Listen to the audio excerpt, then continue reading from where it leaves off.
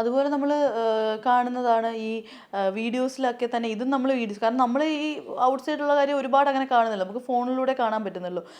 വെള്ളം ഈ പാസ് ചെയ്യുന്ന ട്രെയിനിലൂടെ പാസഞ്ചേഴ്സിൻ്റെ സൈഡിലോട്ട് ഈ ചില റിമോട്ട് ഏരിയസിലൊക്കെ വരുമ്പോഴത്തേക്ക് ഭയങ്കരമായിട്ട് വെള്ളം തെളിക്കുന്നതും അവരെ ആ രീതിയിലൊക്കെ ബുദ്ധിമുട്ടിക്കുന്ന ചില ഏരിയാസിലൂടെ ട്രെയിൻ പാസ് ചെയ്യുന്നത് ഞാൻ കണ്ടിട്ടുണ്ടായിരുന്നു. അത്തരത്തിലുള്ള ചില സ്ഥലങ്ങളിലൂടെയൊക്കെ പാസ് ചെയ്യാറില്ലേ? ഉണ്ട് ഉണ്ട്. ഞാൻ പറഞ്ഞില്ലേ, ഒരുപാട് തരത്തിൽ ആൾക്കാർ ഇതിനോട് ഈ ഒരു ദേഷ്യത്തോടെ പെരുമാറുന്ന പോലെ തോന്നുന്നുണ്ട്. കല്ല് വെച്ച് ഞങ്ങളുടെ ഒരു ലോകോ പൈലറ്റിന് ആൾക്കാർ പുറത്തുനിന്ന് കല്ല് വെച്ച് എറിഞ്ഞിട്ട് അയാൾ ബോധം കെട്ട് വീണ അവസരം കണ്ടു. കാരണം ഈ ട്രെയിനിൽ ഉള്ള ഒരു പ്രശ്നം എന്ന് വെച്ചാൽ 130 കിലോമീറ്റർ സ്പീഡിൽ ഓടിക്കൊണ്ടിരിക്കുമ്പോൾ അതിന് ഭയങ്കര മൊമെൻറ്റം ഉണ്ടാവും. അപ്പോൾ ഈ മൊമെൻറ്റത്തിൽ നമ്മളൊരു ചെറിയ കല്ല് എറിഞ്ഞാൽ പോലും വലിയ ഇമ്പാക്റ്റ് ഉണ്ടാവും. ഇപ്പോൾ ഈ പക്ഷിയൊക്കെ വന്നിടിച്ചിട്ട് വിമാനം തകരുന്നു എന്ന് പറയുമ്പോഴത്തേക്ക് നമുക്ക് മനസ്സിലാക്കാൻ പറ്റാത്ത ഒരു കാര്യമാണ്. ചെറിയ പക്ഷി ഇടിച്ചു കഴിഞ്ഞാൽ വിമാനം മുഴുവൻ കത്തിപ്പോവുക എന്ന് പറയുന്നത് ഒന്ന് ആലോചിച്ച് നോക്കുക. കാരണം അതിൻ്റെ മൊമെൻറ്റം കാരണം അത് സംഭവിക്കും. അതേപോലെ സ്പീഡും അപ്പോൾ ഈ ഒരു ചെറിയ കല്ല് വെറുതെ ഇട്ടാൽ പോലും അത് ഈ ഭയങ്കര ഇമ്പാക്റ്റ് ആണ്, ഫോഴ്സ് അനുസരിച്ചിട്ട് ഭയങ്കരമായിട്ട്. അപ്പോൾ അത് വലിയ പ്രശ്നമാണ്. പക്ഷേ അതിനെയൊക്കെ ഇപ്പോൾ പോലീസ് ഉപയോഗിച്ച ഒരു ആണ് കഴിയുന്നതും ആൾക്കാർ കേസെടുക്കുക അങ്ങനെയൊക്കെ ചെയ്യാറുണ്ട്. ഇപ്പോൾ നമ്മൾ ഈ കാര്യം പറഞ്ഞ പോലെ തന്നെ ഈ ട്രെയിനിൻ്റെ മുന്നിലൂടെ വരുന്നത് മനുഷ്യർ മാത്രമല്ലല്ലോ, ആനിമൽസ് വരാറുണ്ട്. ഇടയ്ക്ക് എലിഫൻറ്റ് പാസിംഗ് ഒക്കെ നമ്മൾ ന്യൂസിലൊക്കെ കാണാറുണ്ടായിരുന്നു. അപ്പോൾ ഇത്രയും ഒരു ഹ്യൂജ് മാസ് ആയിട്ടുള്ളൊരു ഒരു ആനിമലൊക്കെ ഇതിൻ്റെ ഫ്രണ്ടിൽ വരുമ്പോഴത്തേക്ക് അത് ട്രെയിനിനും അതേപോലെ തന്നെ ആക്സിഡന്റ് ഉണ്ടാവാനുള്ള സാധ്യത കൂടുതലല്ലേ? ഇത്തരം സാഹചര്യങ്ങൾ എങ്ങനെയാണ് ഓവർകം ചെയ്യാറ്? അത് ഞങ്ങളുടെ അവിടെ ആനകൾ അങ്ങനെ കണ്ടിട്ടില്ല. പക്ഷേ ഞാൻ ഇവിടെ സുബ്രഹ്മണ്യ എന്ന് പറയുന്ന സ്ഥലത്ത് ഞങ്ങളിപ്പോൾ വർക്ക് ചെയ്യാൻ പോയിരുന്നു. അവിടെ ഒരിക്കൽ ആന ഇടിച്ചിരുന്നു. എന്തോ ഭാഗ്യത്തിന് അന്ന് വണ്ടി പാളം തെറ്റൊന്നും ഉണ്ടായില്ല. ആന ചരിയാണ് ചെയ്തത്. സ്പീഡ് കുറവായതുകൊണ്ടായിരിക്കാം. എന്തോ ഭാഗ്യത്തിന്, അല്ലെങ്കിൽ അത് ബ്രേക്ക് ചെയ്തിട്ടുണ്ടാവും. നമ്മൾ എന്ത് കണ്ടാലും എമർജൻസി ബ്രേക്ക് ഇടുക എന്നുള്ളൊരു ഇത് മാത്രമേ അതിന് ചെയ്യാൻ പറ്റുള്ളൂ. ആ ഒരു ഇത് വേണം നമുക്ക്, അല്ലെങ്കിൽ പാനിക്കായി പോയാൽ ആ ഒരു ജെർക്കിംഗ് സമയത്ത് അപ്പം പാസഞ്ചേഴ്സിന് ഒരുപാട് ബുദ്ധിമുട്ടുകൾ ഉണ്ടാവും. കാരണം അത്ര സംഭവങ്ങളാണ്. ഞങ്ങളുടെ അവിടെ കാട്ടുപോത്ത് ഇടിച്ച സംഭവമൊക്കെ ഉണ്ട്. കാട്ടുപോത്തിനെ, പുലിയെ ഒക്കെ ഇടിച്ചിട്ടുണ്ട്.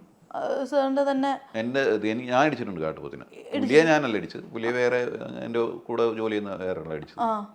കാട്ടുപോത്തിനെ ഞാൻ ഇടിച്ചിട്ടുണ്ട്. പക്ഷെ അത് പാസ് ചെയ്ത് പോകാതെ 2 എണ്ണം ഉണ്ടായിരുന്നു. അതിലൊരെണ്ണം പാസ് ചെയ്ത് ഈ പകുതി എത്തിയ ശേഷമാണ് ഇടിച്ചത്. അതുകൊണ്ട് അത് ചത്തിട്ടുണ്ടാവാന്നേ ഉള്ളൂ. വണ്ടി അങ്ങനെ വലുതായിട്ട് ബാധിച്ചില്ല. ഓക്കെ. ഇങ്ങനത്തെ ഈ ഫോറസ്റ്റ് റൂട്ടിലൂടെ ഒക്കെ പോകുന്ന സമയങ്ങളിൽ ഇത്തരത്തിലുള്ള ഇഷ്യൂസ് ഉണ്ടാകുന്നത്. ഈ പെട്ടെന്നുള്ള ചങ്ങല അകത്തുനിന്ന് ഈ പെട്ടെന്ന് ഇങ്ങനെ പുള്ളി ചെയ്യുമ്പോഴത്തേക്ക് അന്നേരം ഇതുപോലത്തെ ഈ പറഞ്ഞ ഈ ജെർക്കിങ് അപ്പോഴും ഉണ്ടാവാറുണ്ടോ? എന്താ ചങ്ങല വലിക്കുമ്പോഴത്തേക്ക് സാധാരണഗതിയിൽ വണ്ടി നിൽക്കുകയാണ്. അതും ബ്രേക്ക് പെട്ടെന്നാവും, ചെറിയ ചെറുക്ക് ഉണ്ടാവും. പക്ഷേ എന്നാലും അത് അങ്ങനെ വലിയ നമുക്ക് ഇതായിട്ട് ബാധിക്കുന്ന കേസല്ല. ചങ്ങല വളരെ അത്യാവശ്യം കാര്യങ്ങൾ മാത്രമേ ഉപയോഗിക്കാവൂന്ന് മാത്രം. മനുഷ്യർക്ക് ഉപയോഗിക്കാൻ വേണ്ടി, അതായത് അപകടങ്ങൾ ഉണ്ടാകുമ്പോഴോ. കഴിഞ്ഞ ദിവസം എൻ്റെ വണ്ടിയിൽ പോകുന്ന ഒരാൾ ഇങ്ങനെ വന്ന് പരാതി പറഞ്ഞു, ആരോ വീണു എന്ന് പറഞ്ഞു പരാതി. അപ്പോൾ ഞാൻ ചോദിച്ചു, അപ്പോൾ അതിന് വേണ്ടിയിട്ടാണല്ലോ അവിടെ അലാം ചെയിൻ വെച്ചിരിക്കുന്നത്, അത് വലിക്കാമായിരുന്നു. അത് വലിച്ചിരുന്നെങ്കിൽ വണ്ടി അന്ന് ഓൺ ദ സ്പോട്ടിൽ നിന്നേനെ. അപ്പോൾ ഇവർ വന്ന ശേഷം പിന്നീട് പിന്നെ അവർ മെസ്സേജ് കൊടുത്ത് വേറെ ആൾ പോയി അയാളെ രക്ഷിച്ചു. എന്നാലും അപ്പോൾ അതുപോലെ അലാം ചെയിൻ ഉപയോഗിക്കുമ്പോൾ അതിൻ്റെ ഭാഗമായിട്ട് അപകടങ്ങളൊന്നും ഉണ്ടാവാറില്ല. ഈ റിമോട്ട് ഏരിയാസിലൂടെയൊക്കെ നമ്മൾ റൂട്ടുകൾ ഉണ്ടാവുമല്ലോ, ട്രെയിൻ റൂട്ട്സ് ഉണ്ടാവുമല്ലോ. അപ്പം അത്തരം റൂട്ട്സിലൂടെ സ്ഥിരമായിട്ടുള്ള യാത്രകളും അവിടെ സ്റ്റേ ചെയ്യേണ്ടതൊക്കെ സിറ്റുവേഷൻസ് ഒക്കെ ഉണ്ടാവുമല്ലോ. അപ്പോൾ ഒരുപാട് വ്യത്യസ്തമായിട്ടുള്ള സ്ഥലങ്ങളിൽ നിന്നുള്ള സൗഹൃദങ്ങളൊക്കെ ഉണ്ടായിട്ടുണ്ടോ? സൗഹൃദങ്ങൾക്ക് ഒന്നും ഞങ്ങൾക്ക് സമയം കിട്ടില്ല. ഇപ്പോൾ ഈ റിമോട്ട് ഏരിയകളിലൂടെയുള്ള ഇത് പറയുമ്പോൾ സ്വാഭാവികമായിട്ടും ഞങ്ങളുടെ ഭാഗത്ത് സാധാരണഗതിയിൽ വണ്ടിയുടെ അടുത്ത് ഇതേപോലെ അധികം ജനവാസമുള്ള ഏരിയ ഇല്ല.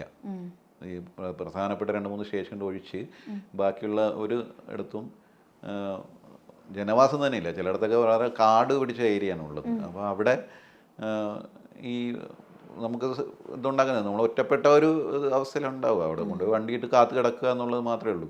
ആ സമയത്ത് സാധാരണഗതിയിൽ ഞാൻ ചെയ്തുകൊണ്ടിരുന്നത് നമ്മുടെ പുസ്തകത്തിന് വേണ്ടിയിട്ട് ഞാൻ ഒന്നിന് പുസ്തകങ്ങൾ എഴുതിയിട്ടുണ്ട്. അപ്പോൾ ആ പുസ്തകത്തിന് വേണ്ടിയിട്ടുള്ള നോട്ടുകൾ ഉണ്ടാക്കുന്ന പോലെയുള്ള കാര്യങ്ങൾ ഞാൻ ചെയ്തുകൊണ്ട്. അത്രേ ഉള്ളൂ.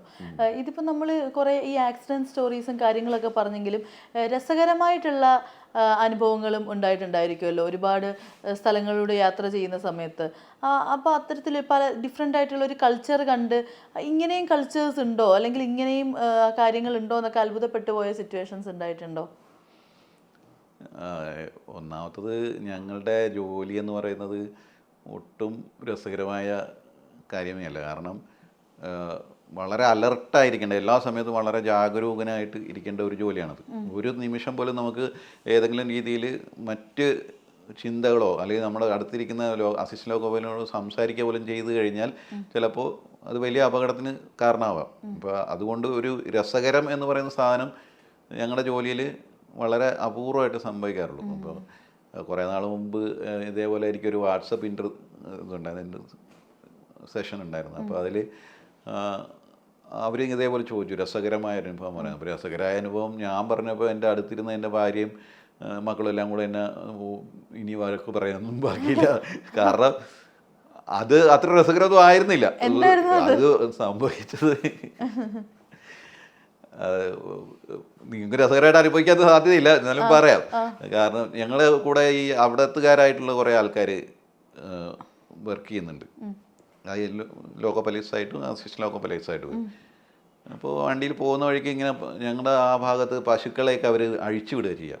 പശുക്കളെയും പോത്തുകളെയും അങ്ങനെയുള്ള സാധനത്തിനൊക്കെ അവർ കെട്ടിയിടില്ല. അപ്പോൾ അവർ അത് അഴിച്ചു വിട്ടിട്ട് അതുങ്ങളൊക്കെ മേഞ്ഞ് ആവശ്യമുള്ള ഫുഡൊക്കെ കഴിച്ച് തിരിച്ച് വീട്ടിലെത്തും. അങ്ങനെയാണ് രീതി. അപ്പോൾ അതുകൊണ്ട് ധാരാളം മൃഗങ്ങളിങ്ങനെ പോവും. ഒരു യാത്രക്കിടക്ക് തന്നെ 5-6 മൃഗങ്ങളൊക്കെ എന്തായാലും പോവും. പണ്ടൊക്കെ വളരെ കൂടുതലായിരുന്നു. ഇപ്പം കുറച്ച് അതുങ്ങൾ സ്വന്തമായിട്ട് ഒരു ഇത് ഉണ്ടാക്കിയെടുത്തത് കൊണ്ട് ഇങ്ങനെ ബോധം വന്നുകൊണ്ട് മാത്രമായിരിക്കാം എൻജിൻ്റെ ഒച്ച കാണുമ്പോൾ ഓടി രക്ഷപ്പെടാൻ ശ്രമിക്കുന്നത് ഇപ്പോൾ. അപ്പോൾ അന്നൊക്കെ അങ്ങനെയൊന്നുമില്ല. അതിങ്ങനെ ഈ പശുവൊക്കെ ആണെങ്കിൽ സാധാരണഗതിയിൽ ഇങ്ങനെ നോക്കി നിൽക്കുക ചെയ്യുക. അത് അവർക്ക് ഈ മൂവ് ചെയ്യുന്ന സാധനത്തിനെ കുറിച്ച് വലിയ ഇത് കിട്ടൂല.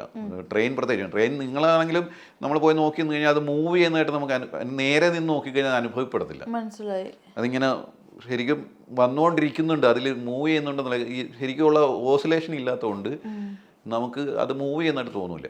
അടുത്തടുത്ത് വന്നുകൊണ്ടിരിക്കുന്നു എന്നുള്ളത് പശുക്കൾക്ക് ഒട്ടും മനസ്സിലാവുന്നുണ്ടാവില്ല. അപ്പോൾ അതുകൊണ്ട് ഇങ്ങനെ പശുക്കളും നായകളും ഒക്കെ പോകുന്നുണ്ട്. ഈ എൻ്റെ തൊട്ടടുത്തിരിക്കുന്ന അസിസ്റ്റന്റ് ലോക്കോ പൈലറ്റ് വളരെ കൂളായിട്ട് പോകുന്ന ഇത് അത്ര ശരിയായില്ല, കുറച്ചുകൂടെ കൂടുതൽ ഫോഴ്സിൽ ഇടിക്കേണ്ടായിരുന്നു എന്നൊക്കെ മട്ടിൽ അങ്ങനെ ആ ഒരു വളരെ ഈസി ആയിട്ടൊക്കെ ഇരിക്കുന്നു. അവരും ഇതിലിപ്പോൾ ഒന്നും ചെയ്യാനില്ലല്ലോ. അപ്പോൾ അതുകൊണ്ട് കുറച്ചും കഴിഞ്ഞപ്പോഴത്തേക്ക് ഒരു സ്ഥലത്തെത്തിയപ്പോൾ ഒരു പശു ഇങ്ങനെ ക്രോസ് ചെയ്യുന്നുണ്ട്, അവിടെ വന്ന് നിൽക്കുന്നുണ്ട്. ഈ ഭയങ്കരമായിട്ട് എഴുന്നേറ്റ് ചാടി തുള്ളിയിട്ട് മാറ് എന്നൊക്കെ പറഞ്ഞിട്ട് ഫ്ലാഗ് എടുത്ത് വീശുന്നു, ഹെഡ്ലൈറ്റ് ഇടുന്നു, ഹോൺ അടിക്കുന്നു, കൈവീശി കാണിക്കുന്നു. അങ്ങനെ ഭയങ്കര ഇത്. നേരത്തെ വളരെ കൂളായിട്ട് 2-3 പശുവിനെ ഇടിച്ചിട്ടൊന്നും ഒരു ഇതില്ലായിരുന്നു. അപ്പോൾ ഈ പശുവിനെ ഇടിക്കുകയും ചെയ്തു. ഇടിച്ച് കഴിഞ്ഞിട്ട് തലയൊക്കെ വെച്ച് രാമ എന്ന് പറഞ്ഞ് ഇരിപ്പുണ്ട്. അപ്പോൾ ഞാൻ ചോദിച്ചു, അല്ല ഇത് ആദ്യമൊന്നും അല്ലല്ലോ, ഇത്ര എണ്ണം കഴിഞ്ഞു. പിന്നെ അത് ഞങ്ങളുടെ പശുവായിരുന്നു സാറെന്ന്. അപ്പോൾ അവരുടെ സ്വന്തം പശുവായിരുന്നു അത്. അതുകൊണ്ടാണ് പുള്ളിക്ക് അത്ര അത് വന്നത്. അപ്പോൾ ഇത് പറഞ്ഞപ്പോഴാണ് വീട്ടിലിരിക്കുന്നത് ഇത്രയും ഒരു ദുരന്തമാണ് രസകരമായൊരു കാര്യം എന്ന് പറഞ്ഞത് വെച്ചിട്ട് വീട്ടുകാരുടെ തരികയായിട്ട് പശുവിനെ അടിച്ചു